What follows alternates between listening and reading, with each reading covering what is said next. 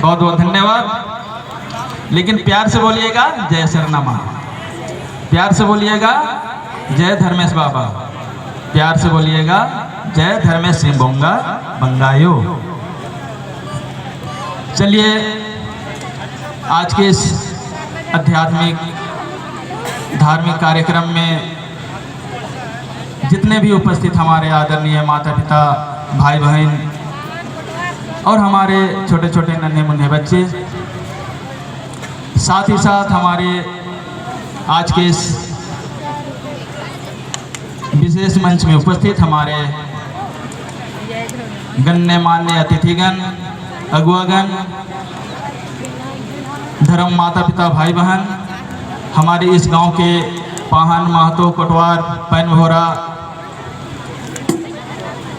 शुभचिंतकगण, सरना धर्मावलंबीगण, सभी को मैं हृदय से आभार प्रकट करता हूं, उनका अभिनंदन करता हूं। मैं अपनी बातों को हमारे परम पूज्य पूर्वजों की व्यवस्थाओं से शुरू करना चाहूँगा। आज मैं इस बस्ती के तमाम माता पिता, भाई बहनों को हृदय से धन्यवाद कहना चाहूँगा, उनका आभार प्रकट करना चाहूँगा। हमारे परम पूज्य पूर्वजों के द्वारा विभिन्न प्रकार की व्यवस्थाएं की गई है, सामाजिक व्यवस्था है, सांस्कृतिक व्यवस्थाएं हैं, धार्मिक व्यवस्थाएं हैं।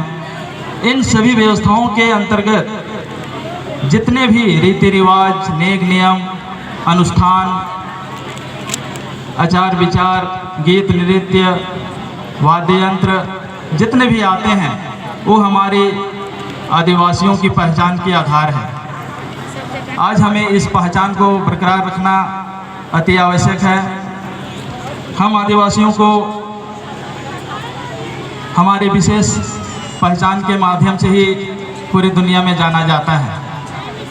इसीलिए हमारा परम कर्तव्य है, हमारा जिम्मेवारी है कि हमें अपनी पहचान को बचाने के लिए हमारे पूर्वजों की व्यवस्थाओं को बचाना होगा। आप सभी से एक सवाल करना चाहूँगा, क्या हम सभी रूढ़िवादी परंपराओं को मानने वाले आदिवासी हैं? यदि इससे एग्री हैं, सहमत हैं तो हाथ उठाएंगे। क्या हम सभी रूढ़िवादी परंपराओं को मानते हैं? अब सवाल इसमें और एक उठता है, क्यों मानते हैं और इसे संविधान में क्यों निहित किया गया है से जुड़ी हुई है। भले हमारे पूर्वज पढ़े लिखे नहीं थे, अज्ञानी थे, अनपढ़ थे, लेकिन किस रूप में? कागज कलम से। लेकिन उनसे बड़ा ज्ञानी और कोई दुनिया में नहीं था।